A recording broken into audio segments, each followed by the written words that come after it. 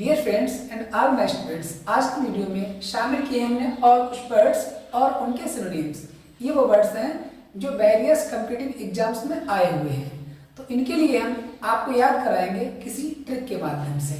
तो आपको रटना नहीं पड़ेगा, आपका जो नॉलेज होगा वो इंटरेस्टिंग और ईजी हो जाएगा। तो शुरू करते हैं, देखते हैं आज का अपना पहला वर्ड, वो है नोविस। नोविस मीन्स होता है नौसिखिया।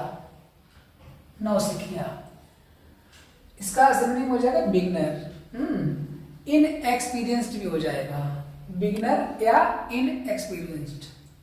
इसे याद कैसे करेंगे? नो बिस, इसको थोड़े टुकड़े कर लो, नो और बिस का कर लो, यहाँ पे एस बना लो थोड़ी देर के लिए, वाइज। नो वाइज, कोई व्यक्ति अभी बुद्धिमान नहीं है, कोई व्यक्ति, कोई पर्सन, लड़का लड़की जो भी है, नो वाइज, वो भी बुद्धिमान नहीं हुआ। क्यों? क्योंकि अभी उसने किसी क्षेत्र में काम करना शुरू किया है। तो जो अभी वाइज नहीं है, बुद्धिमान नहीं है, नया नया है, वो कैसा है? नौसिखिया है। तो नोविस को आप लेट करें नो वाइज से, तो हुआ ना आसान। नोविस मतलब नो वाइज मतलब नौसिखिया, जो भी विद्वान नहीं है, आपको याद रहेगा। नेक्स्ट वर्ड है न्यूगेटरी। न्यूगेटरी, इसका मीनिंग है निरर्थक या तुच्छ। सिनोनिम है फ्रिवोलस और सिंपल। और न्यूगेटरी, इसे याद कैसे करोगे? न्यूगेटरी, न्यूगेटरी, न्यू गारंटी। इसे आप थोड़ी देर को मान लीजिएगा, नो गारंटी, किसी चीज की कोई गारंटी नहीं है। कोई ऐसी चीज है इसकी कोई गारंटी है ही नहीं, मतलब कैसी है? वो बेकार है, वो तुच्छ है।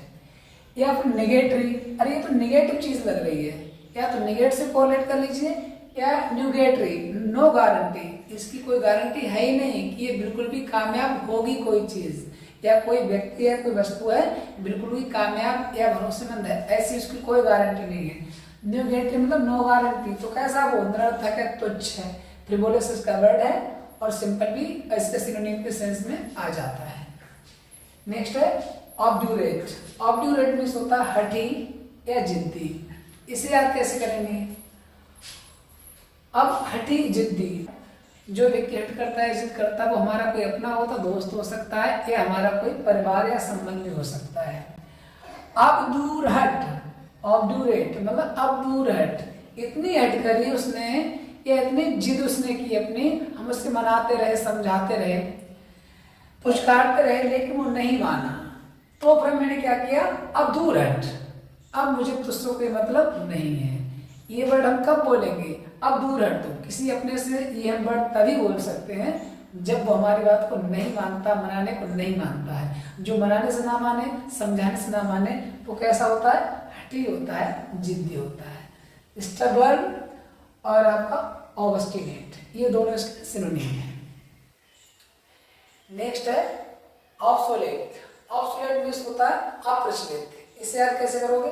अब सो लेट, अब तो इन चीजों का यूज करना, सो लेट, अब सो लेट, अब तो सो लेट हो गया है, मतलब बहुत ज्यादा लेट हो गया इनका प्रयोग करना। जैसे डनलप है, या पहले जो हमारी बैलगाड़ी चलती थी, वो सब चीजें हैं। रहट से पानी का प्रयोग करना, रहट के द्वारा सिंचाई करना, तो वो सब चीजें कैसे हो गई? अब सो लेट, अब तो बहुत लेट हो गया उनका प्रयोग। अब तो वो चलते हैं, नलकूप है, ट्यूबवेल है, ये सब चलते हैं। तो वो चीजें जो अब प्रयोग में नहीं है, सो लेट हो गई है, बहुत ज्यादा लेट हो गई हैं, तो वो होती है ऑब्सोलेट, अप्रचलित, जो अब प्रचलन में नहीं है, आउटडेटेड। वो डेट पे भी नहीं है, आजकल की डेट में नहीं है, आउटडेटेड होगी। मोल्डी, एम हटाकर ओल्ड आ रहा है, पुरानी हो गई, मतलब अप्रचलित। ऑब्सोलेट, अप्रचलित, आउटडेटेड, मोल्डी। आई होप आप समझ गए होंगे। नेक्स्ट है पेंडेमोनियम। पेंडेमोनियम भी वर्ड एसएससी में भी आया है और टीजीटी में भी आया हुआ है। पेंडेमोनियम का अर्थ होता है कोलाहल या पिशाच सभा या उपद्रव। इसे कैसे याद करोगे? पांडेमोनियम, पांडेमोनियम मतलब पांडे जी वो हारमोनियम बजाए पड़े हैं। किसी ने कहा कि पांडे, जो पांडे जी वो हारमोनियम बजा रहे हैं, अच्छा भी नहीं बजा रहे हैं, बड़ा शोर शराबा कर रहे हैं। तो कहा अंदर से केओस, कह दो उनसे बेडरूम, बेड पे ले आए, कह दो उनसे कि बेडरूम में आ जाओ, बेड पे ले आए, फिर अंदर बजाएं। या कह दो उनसे बेड लेम, वो बेड पे ले जाएं, अपने बेडरूम पे ले जाएं, बाहर शोर शराबा ना करें। दोबारा सुनिए, पांडेमोनियम, पांडे जी वो हारमोनियम का कोलाहल कर रहे हैं, उपद्रव कर रहे हैं, ऐसा लग रहा है पिशाचों की शरह है, अच्छा बजा भी नहीं रहे हैं। तो किसी ने कहा केओस, कह दो जाके, कह दो जाके क्या हो, बेड लेम कि अपने बेडरूम में ले जाओ, बेड पे जाके बजाए जाके, वरना हमसे बर्दाश्त नहीं होगा। नेक्स्ट है पैराडॉक्स। पैराडॉक्स में होता है छल या विरोधाभास। विरोधाभास अलंकार भी होता है ना, पैराडॉक्स, तो इसमें ऐसा कर लीजिए पैराडॉक्स। अब हम समझ रहे थे कि वो डॉग है, लेकिन निकला क्या, वो ऑक्स, डॉग्स ऑक्स। तो किसी ने धीरे से कहा था पैराडॉक्स, तो किसी को समझ में आया डॉग की बात हो रही है और किसी को समझ में आया ऑक्स की बात हो रही है, तो थोड़ा सा उल्टा समझ में आया, ठीक ठाक बात क्लियर नहीं हुई। डॉग के बेस में ऑक्स था या ऑक्स के बेस में डॉग था, तो ये है छल, कपट या विरोधाभास के सेंस में वर्ड होता है पैराडॉक्स। इसको आप समझ लीजिएगा, एंटीलॉजी। और इसमें बहुत अच्छा लॉजिक नहीं बैठा ना, तो एंटीलॉजी, एंटीलॉजी ऐसे कर लीजिए, मैंने ट्रिक बताई थी, अगर इसका लॉजिक नहीं लगा तो एंटीलॉजी मान लीजिए। एंटीलॉजी कौन सा था, पैराडॉक्स, डॉग्स है, डॉग्स जो डॉग है वो चल करके ऑक्स के रूप में आया है, एक ऑक्स है वो चल करके डॉग के रूप में आया है, इस प्रकार से आप समझ लीजिएगा। नेक्स्ट है आउटरेजस।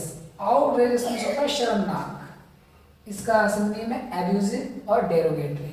इसे कैसे याद करेंगे, आउट, आउट हो गया, रेज मीन्स होता है क्रोध, RAZ, रेज मीन्स क्रोध होता है, तो क्रोध में आकर के आउट हो गया, अरे ये तो शर्मनाक है ना, कोई अच्छी बॉल पे आउट हुआ होता, अच्छे प्रयास में आउट हुआ होता, अच्छा स्कोर करने के बाद अच्छी बात थी, वो क्यों, वो तो रेज गुस्से में आके आउट हो गया, तो ये क्या है, आपत्तिजनक है, शर्मनाक है, एब्यूसिव, ऐसे व्यक्ति को तो गाली निकलती है, डेरोगेटरी अपमानजनक है।